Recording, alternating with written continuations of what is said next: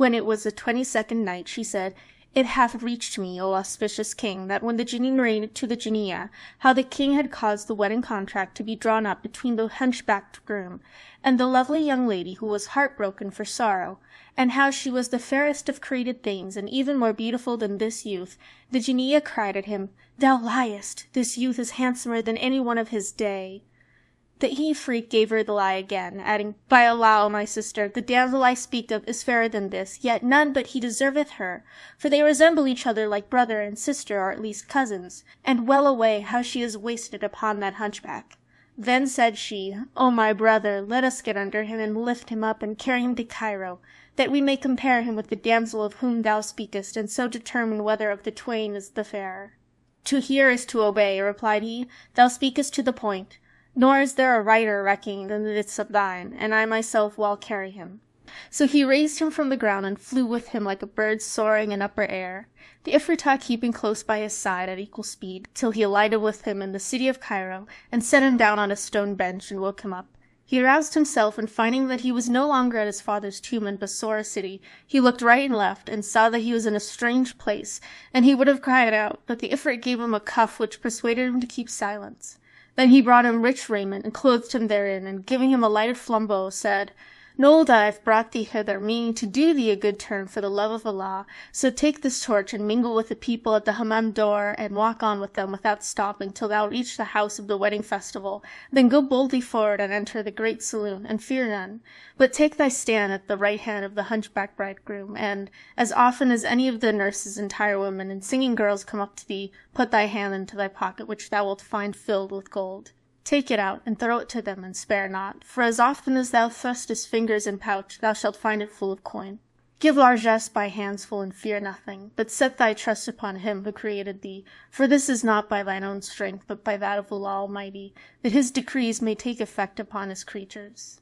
When Badr din Hasan heard these words from the Ifrit, he said to himself, 'Would heaven I knew what all this means, and what is the cause of such kindness.'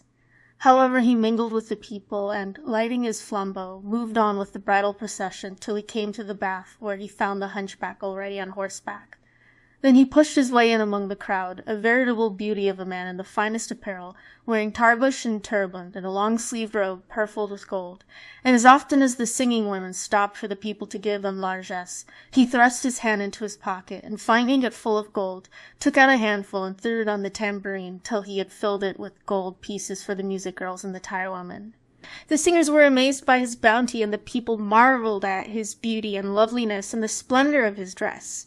He ceased not to do thus till he reached the mansion of the wazir, who was his uncle, where the chamberlains drove back the people and forbade them to go forward. But the singing girls and the tirewomen said, 'By Allah, we will not enter unless this young man enter with us, for he hath given us length of life with his largesse, and we will not display the bride unless he be present.' Therewith they carried him into the bridal hall, and made him sit down, defying the evil glances of the hunchbacked bridegroom. The wives of the emirs and wazirs, and chamberlains, and courtiers all stood in double line, each holding a massy cierge ready lighted. All wore thin face veils, and the 2 rows right and left extended from the bride's throne to the head of the hall adjoining the chamber whence she was to come forth. When the ladies saw Badr al-Din Hasan, and noted his beauty and loveliness, and his face that shone like the new moon, their hearts inclined to him, and the singing girls said to all that were present, 'Know that this beauty crossed our hands with naught but red gold, so be not carried to do him womanly service, and comply with all he says, no matter what he asks.' So all the women crowded around Hasan with their torches, and gazed on his loveliness, and envied him his beauty, and one and all would gladly have lain on his bosom an hour, or rather a year. Their hearts were so troubled that they let fall their veils from before their faces, and said, 'Happy she who belongeth to this youth, or to whom he belongeth.' And they called down curses on the crooked groom, and on him who was the cause of his marriage to the girl Beauty. And as often as they blessed Badr al-Din Hasan, they damned the hunchback, saying, 'Verily this youth and none else deserveth our bride. Ah, well away for such a lovely one with this hideous Quasimodo. Allah's curse light on his head, and on the Sultan who commanded the marriage.' Then the singing girls beat their tabrets and lullilooed with joy, announcing the appearing of the bride. And the wazir's daughter came in surrounded by her tirewomen, who had made her goodly to look upon, for they had perfumed her and incensed her and adorned her hair, and they had robed her in raiment and ornaments befitting the mighty Chosroes kings. The most notable part of her dress was a loose robe worn over her other garments. It was diapered in red gold with figures of wild beasts and birds whose eyes and beaks were of gems, and claws of red rubies and green beryl, and her neck was graced with a necklace of Yamani work, worth thousands of gold pieces, whose bezels were great round jewels of sorts, the like of which was never owned by Caesar or by Toboggan Visa. And the bride was as the full moon when at fullest on 14th night, and as she paced into the hall she was like one of the elvers of heaven, praise be to him who created her in such splendor of beauty. The ladies encompassed her as the white contains the black of the eye, they clustering like stars, while she shone amongst them like the moon when it eats up the clouds. Now Badr al-Din Hasan of Basra was sitting in full gaze of the folk, when the bride came forward with her graceful swing and swimming gait, and her hunchback groom stood up to meet and receive her. She, however, turned away from the white, and walked forward till she stood before her cousin Hasan, the son of her uncle, whereat the people laughed. But when the wedding guests saw her thus attracted towards Badr al-Din, they made a mighty clamour, and the singing women shouted their loudest, whereupon he put his hand into his pocket, and pulling out a handful of gold, cast it into their tambourines. And the girls rejoiced, and said, "Could we win our wish, this bride with thine?" At this he smiled, and the folk came round him, flambeau in hand, like the eyeball round the pupil, while the gobble bridegroom was left sitting alone, much like a tailless baboon, for every time they lighted a candle for him it went out willy-nilly. So he was left in darkness and silence, and looking at naught but himself. When Badr al-Din Hasan saw the bridegroom sitting lonesome in the dark, and all the wedding guests with their flambeaux and wax candles crowding around himself, he was bewildered and marvelled much. But when he looked at his cousin, the daughter of his uncle, he rejoiced, and felt an inward delight. He longed to greet her, and gazed intently on her face, which was radiant with light and brilliancy. Then the tirewoman took off her veil, and displayed her in the first bridal dress, which was of scarlet satin. And Hasan had a view of her which dazzled his sight and dazed his wits, as she moved to and fro, swaying with graceful gait, and she turned the heads of all the guests, women as well as men, for she was even as saith the surpassing poet, "A sun on wand in knoll of sand she showed, clad in her cramoisy-hued chemisette. Of her lips honey-dew she gave me drink, and with her rosy cheeks quenched her eye as she sat. Then they changed that dress, and displayed her in a robe of azure, and she reappeared like the full moon when it riseth over the horizon, with her coal-black hair, and cheeks delicately fair, and teeth shown in sweet smiling, and breasts firm rising and crowning sides of the softest and waist of the roundest. And in this second suit she was as a certain master of high conceits saith of the like of her. She came apparelled in an azure vest, ultramarine, as skies are decked and dight, I viewed dung-parelled sight, which showed my eyes a moon of summer on a winter night. Then they changed that suit for another, and, veiling her face in the luxuriance of her hair, loosed her love-locks, so dark, so long that their darkness and length outvied the darkest nights, and she shot through all hearts with the magical shaft of her eye-babs. They displayed her in the third dress, and she was as said of her the sayer, veiling her cheeks with hair a morn she comes, and I her mischiefs with the cloud compare, saying, Thou veilest morn with night. Ah, no, I quoth she, I shroud full moon with darkling air. Then they displayed her in the fourth bridal dress, and she came forward, shining like the rising sun, and swaying to and fro with lovesome grace, and supple ease like a gazelle fawn.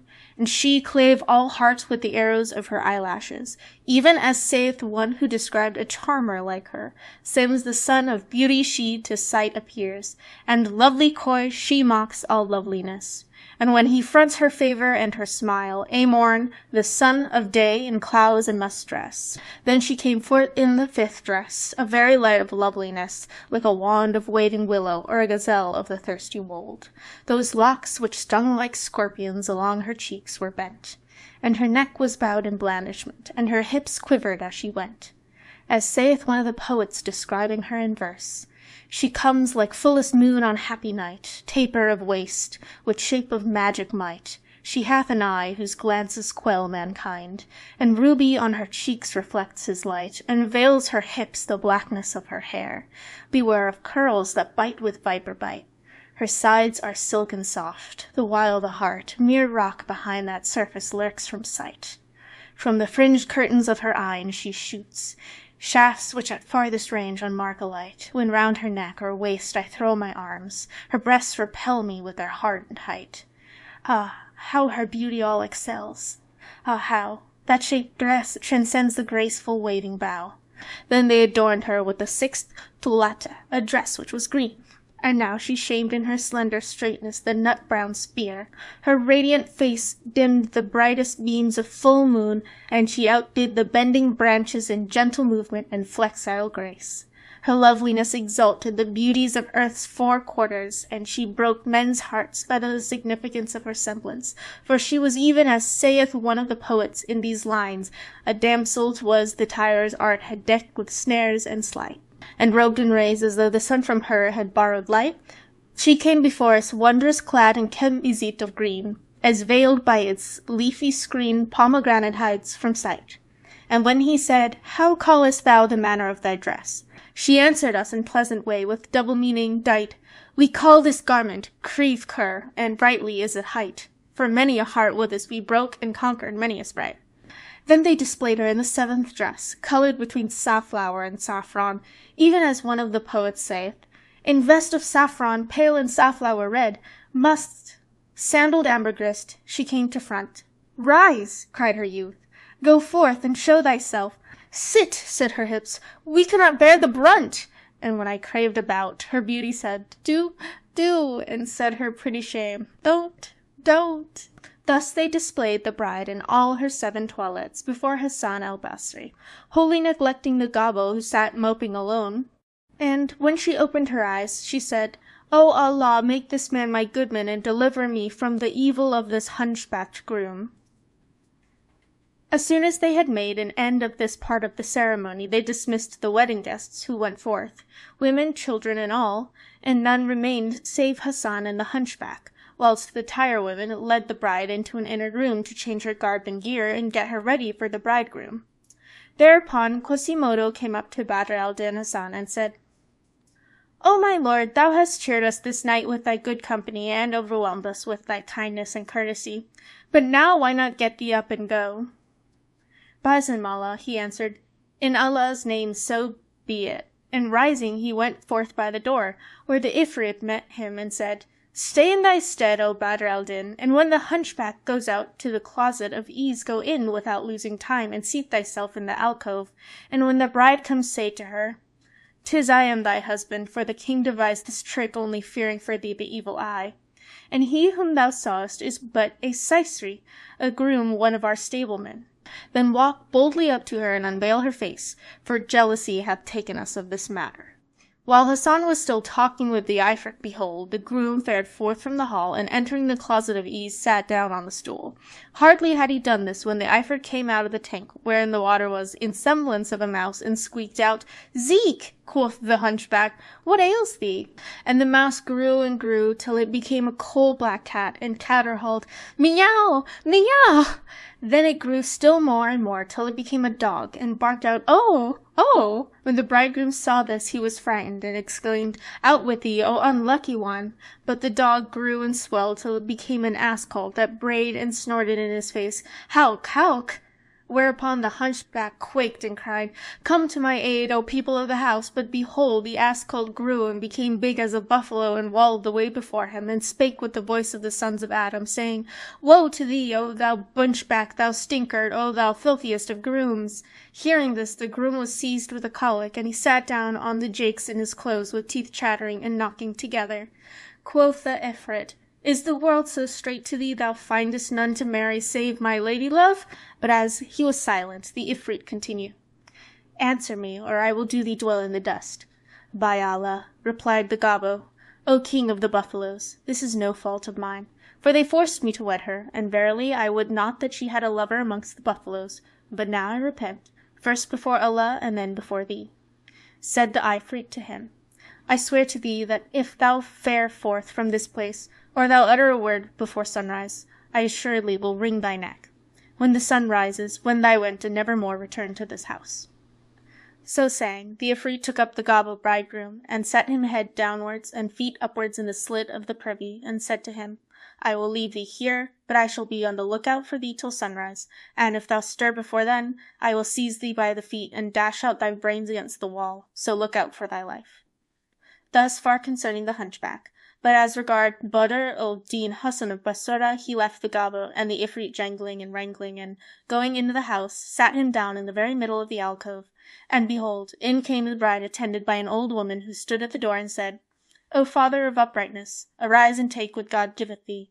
Then the old woman went away, and the bride, Sit al-Hasan, or the Lady of Beauty Hight, entered the inner part of the alcove, broken-hearted, and saying in herself, By Allah, I will never yield my person to him. No, not even were he to take my life.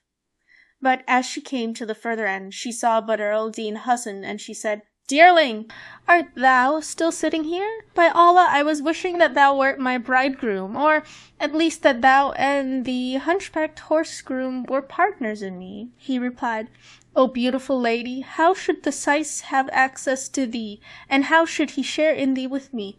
Then, quoth she, who is my husband, thou or he? Sit al-Hasan, rejoined Hasan, we have not done this for mere fun, but only as a device to ward off the evil eye from thee. For when the tirewomen and singers and wedding guests saw thy beauty being displayed to me, they feared fascination, and thy father hired the horse-groom for 10 dinars and a porringer of meat to take the evil eye off us, and now he hath received his hire and gone his gait. When the Lady of Beauty heard these words, she smiled and rejoiced, and laughed a pleasant laugh. Then she whispered him, By the Lord, thou hast quenched a fire which tortured me, and now, by Allah, O my little dark-haired darling, take me to thee and press me to thy bosom.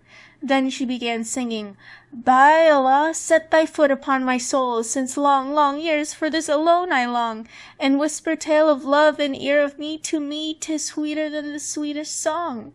No other youth upon my heart shall lie, so do it often, dear, and do it long. Then she stripped off her outer gear, and she threw open her chemise from the neck downwards, and showed her parts genital and all the rondure of her hips. When Badr al-Din saw the glorious sight, his desires were roused, and he arose and doffed his clothes, and wrapping up in his bag trousers the purse of gold which he had taken from the Jew, and which contained 1,000 dinars, he laid this under the edge of the bedding. Then he took off his turban and set it upon the settle atop of his other clothes, remaining in his skull-cap and fine shirt of blue silk laced with gold, whereupon the Lady of Beauty drew him to her, and he did likewise. Then he took her to his embrace, and set her legs around his waist, and point-blank that cannon placed where it battereth down the bulwark of maidenhead, and the layeth it waste. And he found her a pearl and pierced and unthridden, and a filly by all men save himself unridden. And he abated her virginity, and had joyance of her youth in his virility. And presently he withdrew sword from sheath, and then returned to the fray right eth. And when the battle and the siege had finished, some 15 assaults he had furnished, and she conceived by him that very night. Then he laid his hand under her head, and she did the same, and they embraced and fell asleep in each other's arms, as a certain poet said of such lovers in these couplets. Visit thy lover, spurn what envy told, no envious churl shall smile on love and soul. Merciful Allah made no fairer sight than coupled lovers single couch doth hold, breast pressing breast and robed in joys their own, with pillowed forearms cast in finest mould, and when heart speaks to heart with tongue of love, folk who would part them hammer steel ice cold. If a fair friend thou find who cleaves to thee, live for that friend in heart enfold. O ye who blame for love us lover kind, say, can ye minister to diseased mind? This much concerning Badr al-Hasan and Sit al-Husn his cousin. But as regards the Ifrit, as soon as he saw the twain asleep, he said to the Ifritah, Arise, slip thee under the youth, and let us carry him back to his place ere dawn overtake us, for the day is near hand. Thereupon she came forward, and getting under him as he lay asleep, took him up clad only in his fine blue shirt, weaving the rest of his garments, and ceased not flying. And the Ifrit vying with her in flight, till the dawn advised them that it had come upon them midway, and the muezzin began his call from the minaret. Haste ye to salvation! Haste ye to salvation!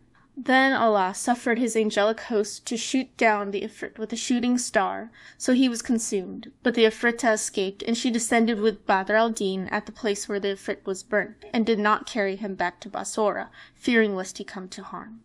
Now by the order of him who predestineth all things, they alighted at Damascus of Syria, and the Ephratah set down her burden at one of the city gates, and flew away.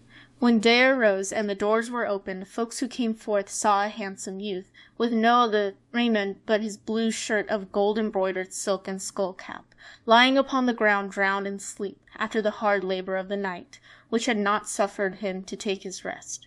So the folk, looking at him, said, O her luck, with whom this one spent the night! But would he had waited to don his garments. Quoth another, A sorry lot are the sons of great families. Haply he but now came forth of the tavern on some occasion of his own, and his wine flew to his head, whereby he hath missed the place he was making for, and strayed till he came to the gate of the city, and finding it shut, lay him down, and went to bye-bye. As the people were bandying guesses about him, suddenly the morning breeze blew upon Badr al-Din, and raising his shirt to his middle, showed a stomach and navel with something below it, and legs and thighs clear as crystal and smooth as cream. Cried the people, By Allah, he is a pretty fellow! And at the cry Badr then awoke, and found himself lying at a city gate, with a crowd gathered around him. At this he greatly marvelled, and asked, Where am I, O good folk? And what causeth you thus to gather round me, and what have I had to do with you? And they answered, We found thee lying here asleep during the call to dawn prayer, and this is all we know of the matter. But where didst thou lie last night? By Allah, O good people, replied he, I lay last night in Cairo. Said somebody, Thou hast surely been eating hashish. And another, He is a fool. And a third, He is a citrui. And a fourth asked him, Art thou out of thy mind? Thou sleepest in Cairo, and thou wakest in the morning at the gate of Damascus city. Cried he, By Allah, my good people, one and all, I lie not to you. Indeed, I lay yesternight in the land of Egypt, and yesternoon I was at Basra. Quoth one, Well, and quoth another, Ho, ho, and a third, So a tie said sin, a fourth cried, This youth is mad, is possessed of the genie. So they clapped hands at him, and said to one another, Alas, the pity of it for his youth, by Allah, a madman, and madness is no respecter of persons. Then they said to him, Collect thy wits and return to thy reason. How calledst thou be in Basora yesterday, and Cairo yesternight, and withal awake in Damascus this morning? But he persisted, Indeed, I was a bridegroom in Cairo last night. Belike thou hast been dreaming, rejoined they, and sawest all this in thy sleep. So Hasan took thought for a while, and said to them, By Allah, this is no dream, nor vision like doth it seem. I certainly was in Cairo, where they displayed the bride before me, in presence of a third person, the hunchback groom who was sitting hard by. By Allah, O my brother, this be no dream, and if it were a dream, where is the bag of gold I bore with me, and where are my turban and my robe, and my trousers? Then he rose and entered the city, threading its highways and byways, and bazaar streets, and the people pressed upon him and jeered at him, crying out, Madman, madman, till he, beside himself with rage, took refuge in a cook shop.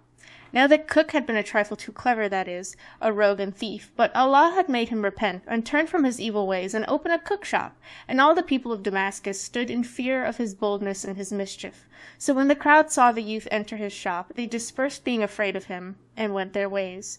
The cook looked at Badr al-Din, and noting his beauty and loveliness, fell in love with him forthright, and said, Whence comest thou, O youth? Tell me at once thy tale, for thou art become dearer to me than my soul. So Hasan recounted to him all that had befallen him from beginning to end.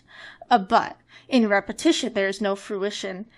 And the cook said, O my lord Badr al-Din, doubtless thou knowest that this case is wondrous, and this story marvellous. Therefore, O my son, hide what hath betided thee, till Allah dispel what ills be thine, and tarry with me here the meanwhile, for I have no child, and I will adopt thee. Badr al-Din replied, Be it as thou wilt, O my uncle. Whereupon the cook went to the bazaar and bought him a fine suit of clothes and made him don it, then fared with him to the Qazi, and formally declared that he was his son. So Badr al-Din Hasan became known in Damascus city as the cook's son, and he sat with him in the shop to take the silver, and on this wise he sojourned there for a time. Thus far concerning him, but as regards his cousin, the Lady of Beauty, when morning dawned she awoke, and missed Badr al-Din Hasan from her side, but she thought that he had gone to the privy, and she sat expecting him for an hour or so.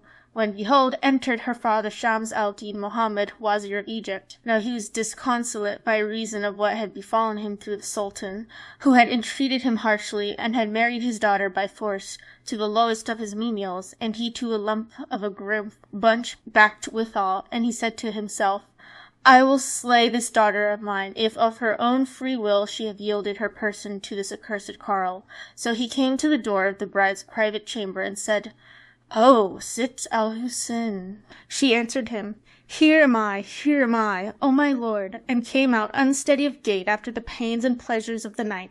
And she kissed his hand, her face showing redoubled brightness and beauty for having lain in the arms of that gazelle her cousin.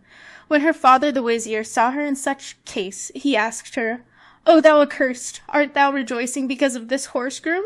And Sitt al-Husn smiled sweetly and answered, By Allah, don't ridicule me. Enough of what passed yesterday when folk laughed at me, and even me with that groom fellow who is not worthy to bring my husband shoes or slippers, nay, who is not worth the paring of my husband's nails. By the Lord, and never in my life have I nighted a night so sweet as yesternight. So don't mock by reminding me of the gobbo. When her parent heard her words, he was filled with fury, and his eyes glared and stared, so that little of them showed save the whites, and he cried, Fire upon thee!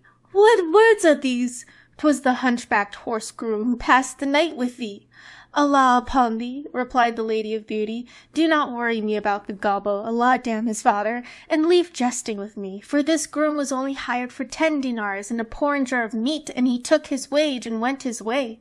As for me, I entered the bridal chamber, where I found my true bridegroom sitting, after the singer women had displayed me to him, the same who had crossed their hands with red gold, till every pauper that was present waxed wealthy, and I passed the night on the breast of my bonny man, a most lively darling, with his black eyes and joined eyebrows. When her parent heard these words, the light before his face became night, and he cried out at her, saying, O thou whore, what is this thou tellest me? Where be thy wits?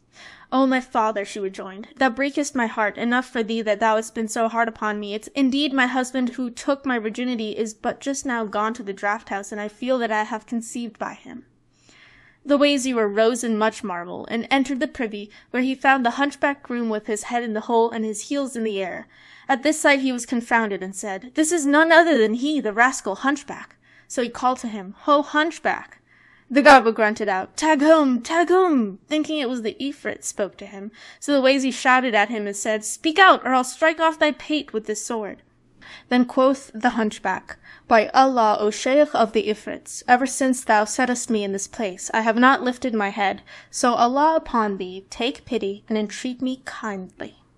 When the wazir heard this, he asked, What is this thou sayest? I'm the bride's father, and no Ifrit. Enough for thee that thou hast well nigh done me die, answered Quasimodo. Now go thy ways before he come upon thee who has served me thus. Could he not marry me to any save the lady-love of buffaloes, and the beloved of Ifrits? Allah curse her and curse him who married me to her, and was the cause of this my case. And Shahrazad perceived the dawn of day, and ceased to say her permitted say.